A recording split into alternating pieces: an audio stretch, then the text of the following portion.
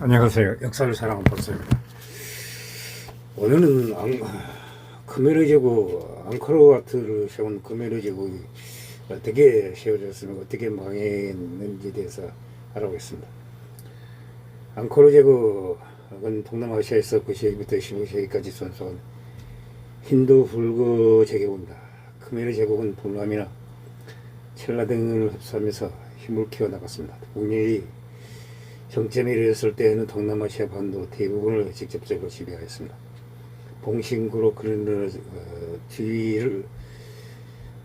봉신국으로 건너렸으며 전생기 시절의 영토는 동쪽으로는 중국이 원남선, 남쪽으로는 베트남, 북쪽으로는 미얀마까지 이르렀습니다.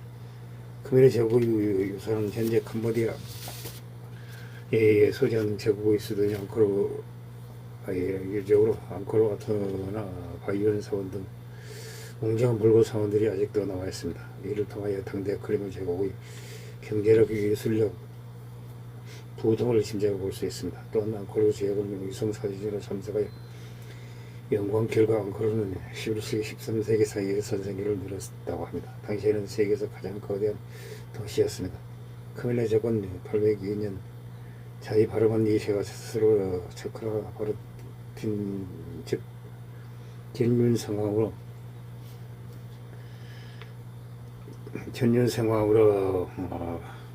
칭하면서 건국된 것으로 얘기해줍니다.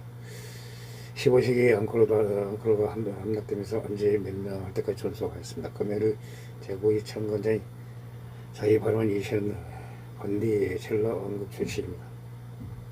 그러나 첼라 왕국 국왕이었던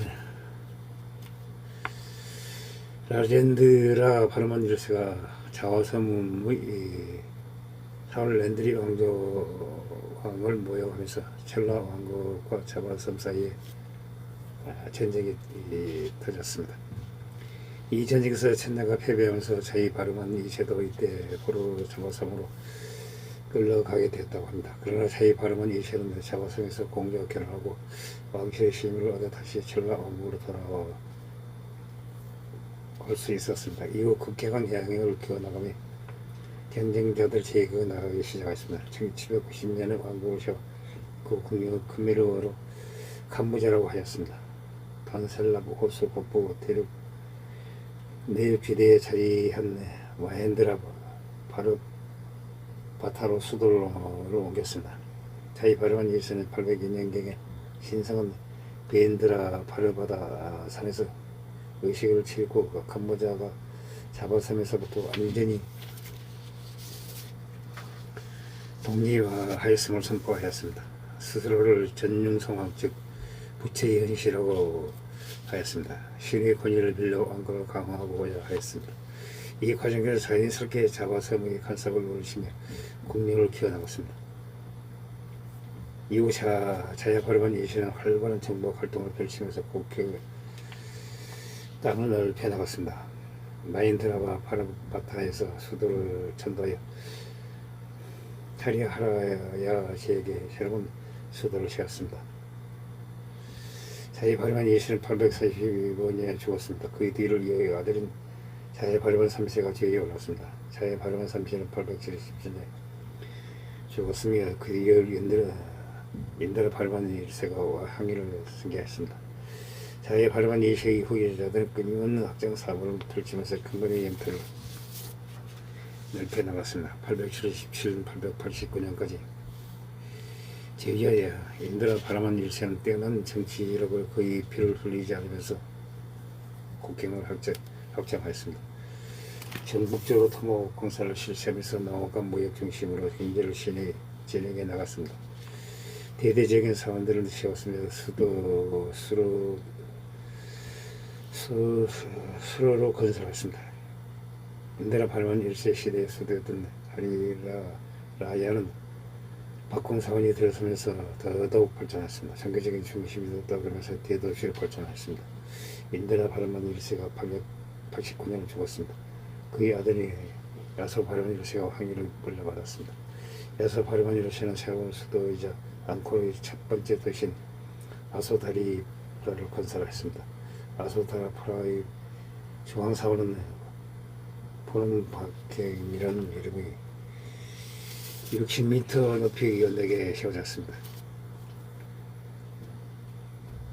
이 시기에 거대한 소가 저수지를 지어 농경에 힘을 쏟았습니다. 자리에 발음한 사실은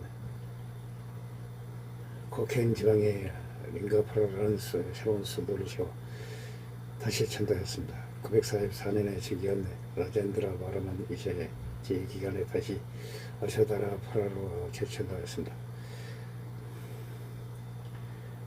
라젠드라 바라만 이시는 아셔다라 프라에 장대한 삽질 건물을 세웠습니다. 특히 사원들을 대규모로 선출한 등 수도 재정비에 힘을 빌렸습니다. 950년경에는 khmer 제국과 동북의 참파 왕국 사이에 현쟁이 일어났습니다. 라젠드라와 바라만 이식의 아들인 자야 바라만 오셨는데 968년 1001년까지 재위했습니다. 자야 바라만 오시의 재위 기간에 khmer 제국은 대체적으로 평화를 유지하였습니다.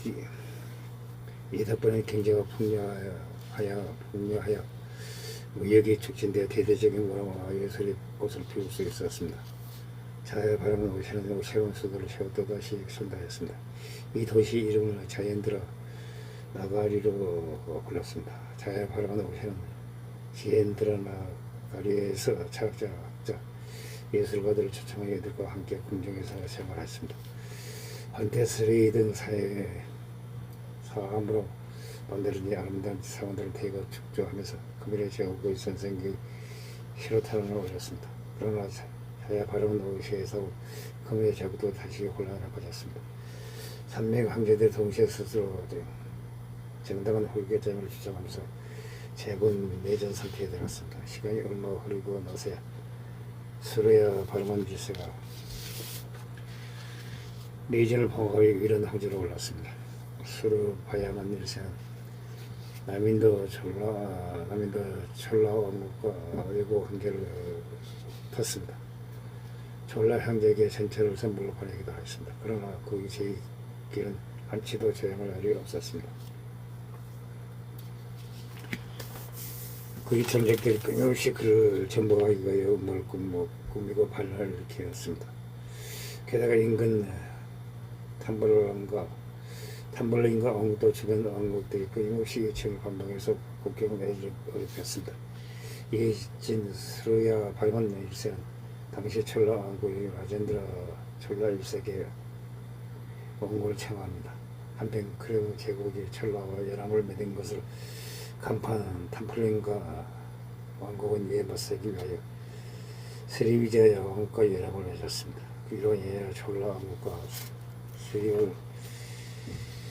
스리비자 왕국이 서로 대립하였습니다. 그러나 탐플린과 스리비자가 연합을 했음에도 불구하고 촐라 왕국을 꺾는 것은 어려웠습니다. 결국 촐라 왕국과 khmer 제국의 승리를 거두며 탐플린과 왕국과 스리비자야 왕국으로부터 막대한 영토를 얻어냈습니다. 수르야 바라만 1세가 1050년경에 죽었습니다. 그의 뒤를 이어 우다야 바라만 2세가 왕위에 올랐습니다. 그는 바푸연 사원렉을 지었습니다. 1714년 khmer이 사바르만 3세와 참파야 하리 바라만 4세 사이에 갈등이 일어났습니다. 수르야 바라만 2세 12세기 동남아 시아에서는 여러 군소 왕국들과 제국들이 난입하며 굉장히 어려운 상황이었습니다. 이 상황에서 즉위한 스리야 바라만 2세가 khmer의 내전을 봉합하고 정몰사업을 펼쳐 국경을 연장시키면서 khmer 제국은 안정기에 취임하게 됩니다. 그는 30년에 걸쳐 제국의 핵심 사원인 앙코르와트를 지었습니다. 이를 힌두교의 비순의 신에게 봉헌하였습니다. 수리 바라만 2세는 참파와 대열과 전쟁을 벌였으나 실패하였습니다. 1145년에 비자야를 함락시켜 약탈하고 자야힌드라 바라만 3세를 쫓아내는 성과는 거뒀습니다. 그러나 크메이 제본 1149년 자야 하리 바르만 1세기 올라가기 전까지 비자의 지방을 점령하였습니다. 수르야 바르만 2세는 철라 왕조에게 일부 사절을 보내 진술을 유지하기도 하였습니다. 이때 당시 철라 황제였던 그루퉁과 철라 1세기 1113년 보석을 바쳤습니다. 그러나 수르 바르만 1세가 죽자 또다시 혼란기가 왔습니다. 이를 황제들이 쿠데타로 목숨을 잃는 쟁기는 급속도로 혼란에 빠졌습니다. 1177년경에는 토렌사 호수에서 참적과 벌어진 해전에서 크메르 제국이 패하였습니다. 당대 황제인 디부바나 디티 바르만이 전사하였습니다. 수도가 약탈당하는 일이 발생하였습니다. 자야 바르만 철세 1182년 1219년까지 제기한 자야 바르만 철세는 캄보디아 역사상 가장 걸출한 군주로 등장하였습니다. 그는 이미 황자 시절부터 군대를 지휘하며 공태공을 쌓았습니다. 이 덕분에 참적이 수도를 점령하자 곧바로 군대를 구하고 수도를 탄압할 수 있었다고 합니다. 그러면 이 공로로 왕좌를 물려받았습니다. 이후 22년 동안 동북의 영국과 군의원의 전쟁을 벌이며 내부 기압에 신경을 썼습니다. 또한 결국 1203년 참파를 걷는 데 성공하며 막대한 양의 영토를 얻어냈습니다. 1195년경에는 이미 폐구 지망을 손에 넣었습니다. 자야 바르만 철세는 앙코르의 최고의 위대한 황제로 평가받고 있습니다. 이는 그가 참벽과 전투를 벌인 후에 성공적으로 승리했을 뿐만 아니라 문화적 정치적으로 대단히 안목이 높고 뛰어난 인재였다고 합니다. 그런 제국을 하나로 통합하는 데 성공하였습니다. 새로운 수단인 앙코르 돔을 축조하면서 제국의 위험을 높였습니다. 독실한 소수 불교 신자였던 자야 바르만 철세는 중앙에 바이온 사원을 축조하였습니다. 이 바이온 사원은 그 밑에 달하는 거대한 독특한 사면성 등의 건축적인 신도를 인하여 현대까지 캄보디아의 건축 사설은 걸작으로 손꼽히고 있습니다. 자야 바르만 철세의 제2기는 타프롬 사원, 부익한 사원, 니급빈 사원, 사랑 저수지 등 많은 공공 건물들이 지어졌습니다. 제국 전역에 도로가 걸려 전국적으로 빠르게 연락하고 이동할 수 있도록 하였습니다. 게다가 여행자들을 위한 여관들을 설치하였으며 영토 곳곳에 102개에 달하는 병원들을 개설하였습니다. 자야 바르만 8세 크메르 제국의 황건기를 이끌던 자야 바르만 철세가 죽고 1219년 그의 아들인 인드라 바르만 2세가 황위에 올랐습니다. 그의 아버지와 같이 불고신이 신자이던 인드라 바르만 2세는 자야 바르만 철세 시절 건축이 시작된 여러 사원들이 축제를 마쳤습니다. 다만 군사적으로는 아버지에 비하여 떨어지는 면이 있었습니다.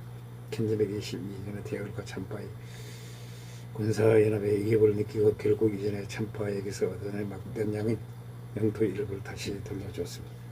또한 이 시기에 막 바람에 시작한 태국교회 왕조들을 점차 힘을 키워나가면서 금메르 제국의 반기를 들었습니다.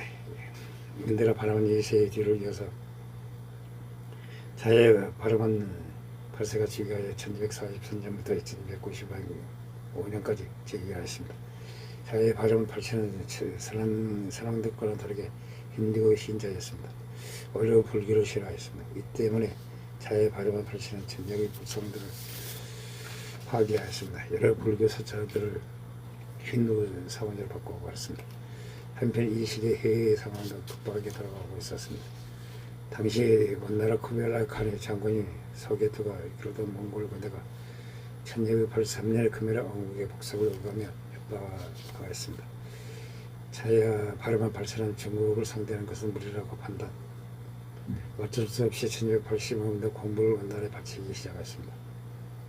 1295년에는 그의 양자였던 인드라 바르만 3세가 그를 쫓아내고 왕기를 찬탈하면서 결국 자해 발해만 8세도 쫓겨난과 동시에 크메르 제국이 막을 내리게 되었습니다. 인도라 발해만 3세는 1295년부터 1409년까지 제위하였으며 당시 스리랑카에서 일비디어 막 동남아 전쟁에 불을 내리기 시작한 대승 불교의 신자였습니다. 1695년은 원나라에 서던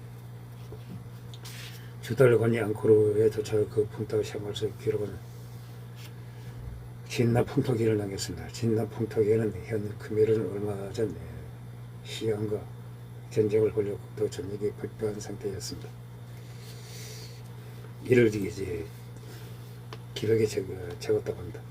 주달건 1297년 7월까지 인도라 발해만 3세의 공정에서 머물렀습니다.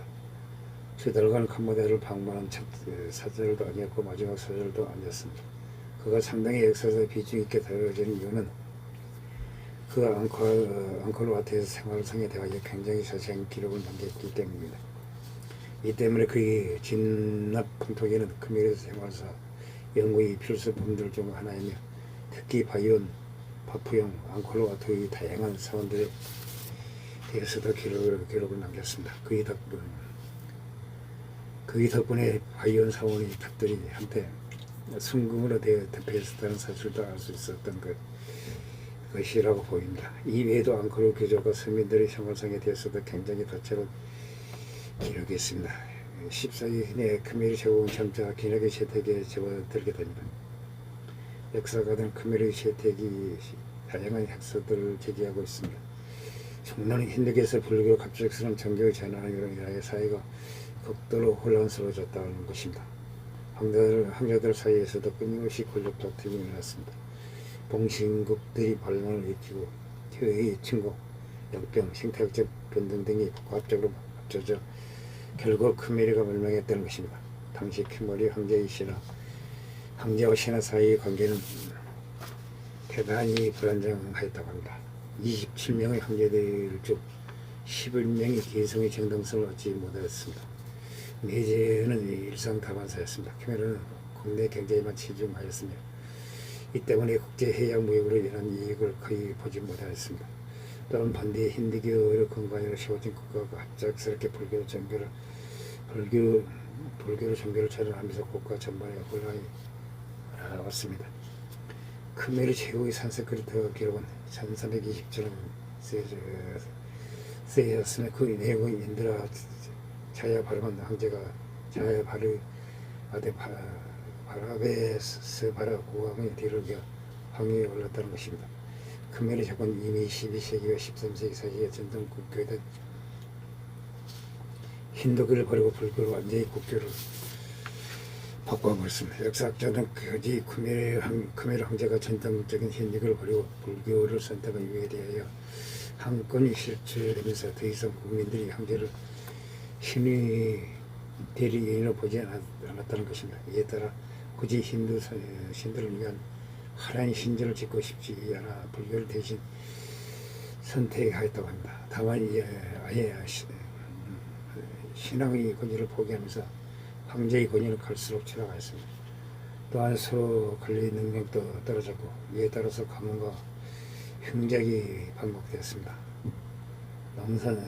농업 생산량은 후퇴하였으며 예전에는 1년에 3번 수확이 가능했던 농사가 흉작의 반복으로 인하여 후기 크메르에서는 겨우 일모작을 할 정도로밖에 되지 못했다고 합니다. 이런 악순환을 불러이어왔고 제국의 국력은 갈수록 떨어졌습니다. 크메르 서부에서 자리한 국가이자 첫 태국의 왕자인 스코타의 크메르 제국을 말하느냐 크메르의 헤게모니를 선상적응되어버렸습니다. 이후 스코타의 왕국이 망하고 더 강력한 아유타야 왕국이 들어섰습니다. 아유타야 왕국은 14세기 중후 후반부 이후부터는 크메르와 본격적으로 대립하면서 사사건건 전쟁을 벌였습니다. 이미 국력이 추락하기 시작한 크메르는 이를 물칠 힘이 없었습니다. 1452년에 수도 앙코르가 아유타야의 우텀 고강에 함락당했습니다. 큰메리 황제마저 태국계 왕자들로 대체되었습니다.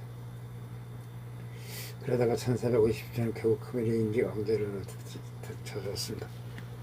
1494년에 다시 아유타야가 앙코르를 나타나고 아유타야의 왕자가 금해를 지배하는 권력을 겪었습니다.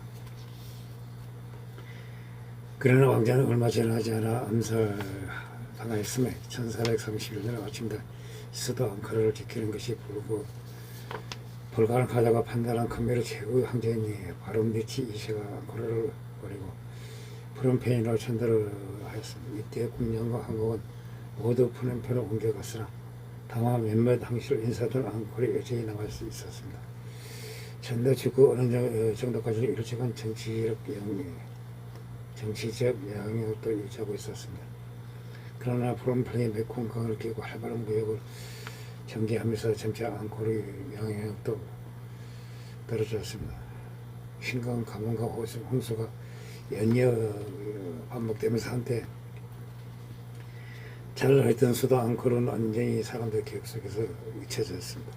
이후 큰메리 제국은 과거의 영광을 다시 회복하지는 못했습니다. 이후 간신히 왕통을 유지하는 신세로 전역하였습니다. 이 때문에 역사학자들은 1431년에 아유타야 왕국의 침공으로 큰메리가 멸명했다고 보고 있습니다. 현재 학자들은 주로 삭주 사원들에게 새겨진 부조들과 주달관이 남긴 진납 풍토기를 통하여 당대 큰메리의 생활상과 문화를 위치하는 방향으로 큰메리 문화에 대하여 연구하고 있습니다. 이 중에서 특히 바이온 사원에 남아있는 수많은 석조 부조들에는 고대 큰메리 제국의 생활사를 굉장히 다채롭게 자연스럽게 묘사해 놓고 있습니다.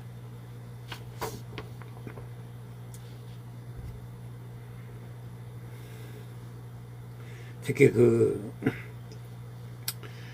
주제는 국내에서의 생활이나 강의나 호수에서의 해전 혹은 시장 통행 분경까지 거의 모든 분야를 총망라하게 주달과는 기록하고 있었다고 합니다.